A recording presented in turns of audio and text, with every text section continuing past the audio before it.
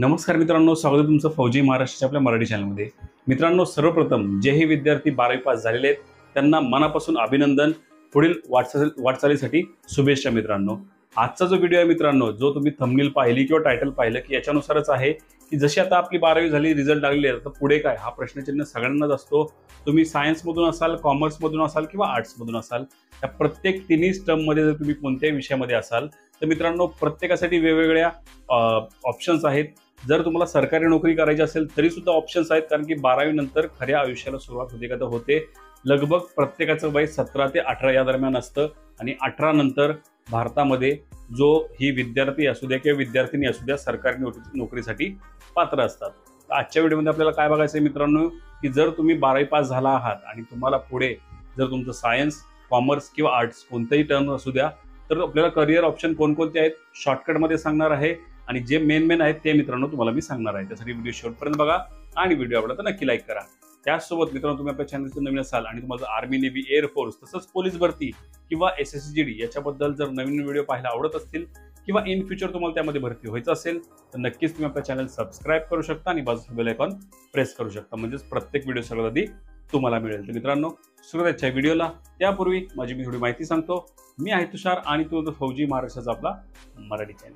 तर मित्रांनो, जर तुम्ही सायन्स मधून 12वी केली असेल तर तुम्हाला एक मेडिकल साईड आणि एक नॉन मेडिकल साईड हे दोन ऑप्शन मिळतात। बेसिक गोष्टी सांगणारे करिअर ऑप्शन असंख्य आहेत, पण जे बेस्ट आहेत आणि ज्यातून तुम्ही पुढे जाऊन करिअर एक बेस्ट आयुष्य जगू शकता अशा प्रकारचे करिअर ऑप्शन मी तुम्हाला या व्हिडिओतून सांगणार आहे मित्रांनो। तर एक मेडिकल साईड असते, एक non medical side. Medical side जर तुम्ही गेला तर नीटची परीक्षा एक्झाम द्यावी लागते, तुम्हाला सगळ्यांना माहिती आहे। नसेल माहीत कमेंट बॉक्समध्ये कमेंट करा, याच्याबद्दल सविस्तर माहिती आपल्या चॅनलवरती देईन मित्रांनो। नीटची परीक्षा दिली तर तुम्ही BHMS किंवा त्याच्यानंतर BDS म्हणजे जे डेंटल वगैरे जे करतात, आयुर्वेदिक डॉक्टर असतात किंवा मित्रांनो अशा प्रकारची जी आपण मेडिकल लाईन म्हणू थोडक्यात, त्या मेडिकल लाईनमध्ये तुम्ही जाऊ शकता नीटची एक्झाम देऊन, जर तुमचं 12वी सायन्स असेल तर। त्याच्यानंतर मित्रांनो, तुम्ही BSc मायक्रोलॉजी असेल किंवा बायोटेक्नॉलॉजी असेल किंवा फार्मसी असेल, हे सुद्धा तुम्ही 12वी सायन्स नंतर करू शकता मित्रांनो। आता नॉन मेडिकल साईड कोणती आहे, थोडक्यात तुम्ही NDA करू शकता। जर तुमचा PCA ग्रुप असेल, NDA म्हणजे नॅशनल डिफेन्स अकॅडमी, याच्यामधून तुम्ही डायरेक्टली आर्मी, नेव्ही, एअरफोर्समध्ये डायरेक्टली ऑफिसर म्हणून एक निवडून तुमचं एक करिअर डिफेन्स त्या दृष्टीने घेऊन जाऊ शकता।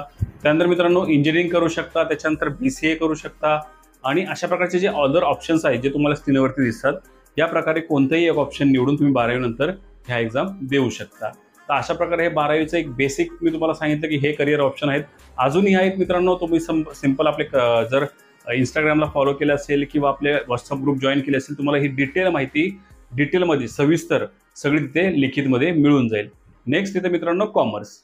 आता मित्रांनो, कॉमर्सचा जर विचार केला तर कॉमर्स म्हणजे काय, थोडक्यात आपण म्हणू शकतो की आकडेवारी असू द्या किंवा मित्रांनो फायनान्शियल मध्ये जर काम करायचं असेल तुम्हाला, फायनान्शियल सेक्टरमध्ये तुम्हाला कॉमर्स खूप गरजेचं आहे। तर या कॉमर्सनुसार जर आपण करिअर ऑप्शन निवडायचं गेलं तर तुम्हाला BCA तुम्ही BCom करू शकता, BBA करू शकता, CA करू शकता, CS करू शकता, CMA करू शकता आणि hotel management, travel and tourism, digital marketing, या सगळ्या गोष्टी तुम्ही या कॉमर्स या फील्डमध्ये जाऊन करू शकता। तर अशा प्रकारे पूर्णपणे मित्रांनो हे कॉमर्सबद्दल थोडक्यात नॉलेज आहे की तुम्हाला कोणकोणते कॉमर्समधून टर्म आहेत किंवा कोणकोणते कोर्सेस आहेत तुम्ही करू शकता, स्क्रीनवरती सुद्धा तुम्हाला दिसतात। त्यासोबत मित्रांनो तुम्ही आपल्या ग्रुपमध्ये असाल तिथे तुम्हाला डिटेल माहिती मिळून जाईल। आता नेक्स्ट येते मित्रांनो आर्ट्स। जर मित्रांनो तुम्ही आर्ट्समधून पुढे जायचं ठरवलं 12वी नंतर, तुम्ही बॅचलर ऑफ आर्ट्स म्हणजे BA करू शकता। याच्यामध्ये तुम्हाला विषयांची निवड करावी लागते, म्हणजे हिस्ट्री असू द्या, जॉग्राफी असू द्या किंवा कोणतीही भाषा, तुम्ही मराठी भाषेतून सुद्धा BA करू शकता। त्याच्यानंतर नेक्स्ट ते येतं म्हणजे LLB, लॉ सुद्धा तुम्ही करू शकता कॉमर्स आर्ट्स घेतल्यानंतर। त्याच्यानंतर तुम्ही जर्नलिझम अँड मास कम्युनिकेशन हे सुद्धा कोर्स तुम्ही करू शकता। त्याच्यानंतर BFA म्हणजे फाईन आर्ट हे सुद्धा तुम्ही त्यातून करू शकता।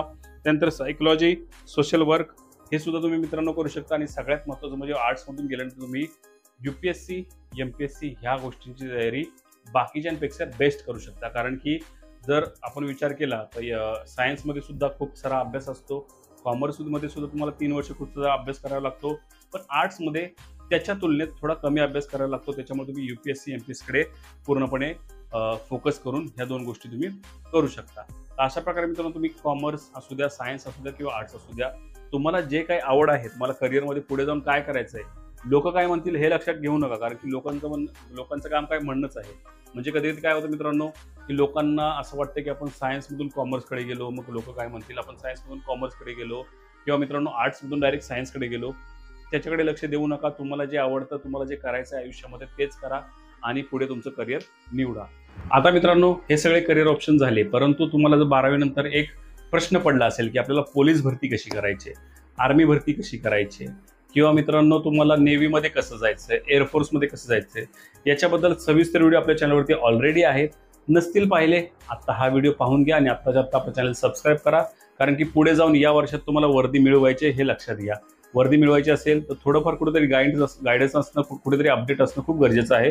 फ्रीमध्ये मोफत जर गायडन्स कुठे मिळत असेल तर ते म्हणजे आपलं हे यूट्यूब चॅनल. तर मित्रांनो, तुम्हाला काय करायचंय, जर 12वी नंतर पोलीस भरती व्हायचं असेल तर 12वी नंतर आपल्याला काय करायचंय, आतापासून प्रॅक्टिसला सुरुवात करायची. प्रॅक्टिसला म्हणजे काय, की धरून चला आज तुमचं वय जे आहे, आज जर आपण नॉमिनल वय पाहिलं तर 17 ते 17.5 ते 18 या दरम्यान तुमचं वय असतं. 18 पूर्ण, खूप कमी मुलांचं 12वी नंतर 18 पूर्ण असतं. मॅक्झिमम 17.5, 17, 16 ते 16 ते 18 धरू आपण मित्रांनो. त्याच्यामुळे तुम्हाला 1 वर्ष ते 1.5 वर्ष पोलीस भरतीच्या अभ्यासासाठी मिळतो मित्रांनो. तर अभ्यास आपल्याला करायचा आहे का, तर करायचा, पण बेसिक करायचा आहे. म्हणजेच काय, आपले पाडेपाठ असणं, कारण की पाडेपाठ आपण 10वी पर्यंतच करतो, त्याच्यानंतर पाडेपाठ करत नाही, 2 वर्षाचा गॅप पडलेला असतो.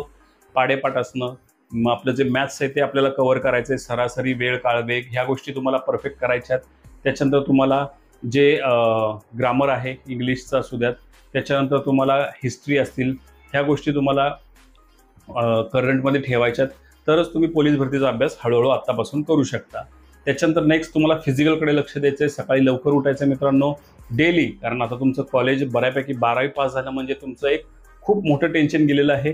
3 वर्षे कॉलेजची जी आहे ती मजेत जाणार आहेत मित्रांनो. त्याच्यामुळे आता जर तुम्ही थोडाफार अभ्यास केला, आता जर तुम्ही त्या पोलीस भरतीकडे, आर्मी भरतीकडे जे काय आहे तुम्ही फोकस केला, तर नक्कीच आयुष्यसुद्धा खूप सुंदर जाईल. सकाळी लवकर उठायचं आहे, 5:30-6च्या आसपास उठायचं. जास्त लवकर 3-4 वाजता मी उठायला सांगत नाही मित्रांनो. 5:30-6च्या दरम्यान तुम्हाला उठायचं आहे. उठल्यानंतर नॉर्मल ज्या काही गोष्टी आहेत त्या तुम्हाला वेगळ्या व्हिडिओमध्ये सांगेल. हा व्हिडिओ आपल्याला खूप मोठा करायचा नाही आहे. काही गोष्टी आपल्याला कराव्या लागतात, वेगळ्या व्हिडिओमध्ये मी सांगितलेल्याच आहेत. त्या गोष्टी केल्यानंतर मित्रांनो सिंपल ग्राउंडवरती जायचं, नॉर्मल जॉगिंग, त्याच्यानंतर स्प्रिंट वगैरे, म्हणजे एक आपल्या बॉडीला वॉर्मअप द्यायचा आहे, बॉडी आपली करंटमध्ये ठेवायचे. हे डेली तुम्ही करत राहा. म्हणतात ना, थेंबे थेंबे तळे साचे. तर तुम्ही आत्तापासूनच जर थेंब साठवायला सुरुवात केली, तुमचं बरोबर 18व्या वर्षी 18.5व्या वर्षी तळं साठलेलं असणार आहे. म्हणजेच पुढच्या वर्षी तुम्ही पोलीस भरतीच्या ग्राउंडवरती पूर्णपणे तयारीत उभं असणार आहे मित्रांनो. त्याच्यामुळे आत्तापासून ह्या सगळ्या गोष्टींना सुरुवात करा. हे झालं पोलीस भरतीचं. पोलीस भरतीसाठी तुम्हाला सिंपल मित्रांनो 12वी पास लागतं. त्याच्यानंतर तुमचं वय 18 ते 28 पर्यंत लागतं. कास्टमध्ये जास्त लागतं मित्रांनो. त्याच्यानंतर तुमचा अभ्यास लागतो आणि तुमचं फिजिकल लागतं. फिजिकलसाठी तुम्हाला 1600 मीटर आहे, 100 मीटर आहे, गोळाफेक आहे, लॉंग जंप आहे. या सगळ्या गोष्टी तुम्ही जर परफेक्ट केल्या, परफेक्ट मार्क मिळवली, तुम्हाला नक्कीच पोलीस भरतीमध्ये यश मिळून जातं. तर अशा प्रकारे मित्रांनो हा व्हिडिओ होता. अशा प्रकारे ही पूर्णपणे माहिती होती. आवडली असेल प्लीज मित्रांनो लाईक करा. त्याचसोबत मित्रांनो तुम्ही आपल्या चॅनल जर नवीन असाल प्लीज आपल्या चॅनल सबस्क्राईब करा. तर मित्रांनो पुन्हा भेटूया अशा नवीन विषयासह. तोपर्यंत जय हिंद, जय महाराष्ट्र, वंदे मातरम.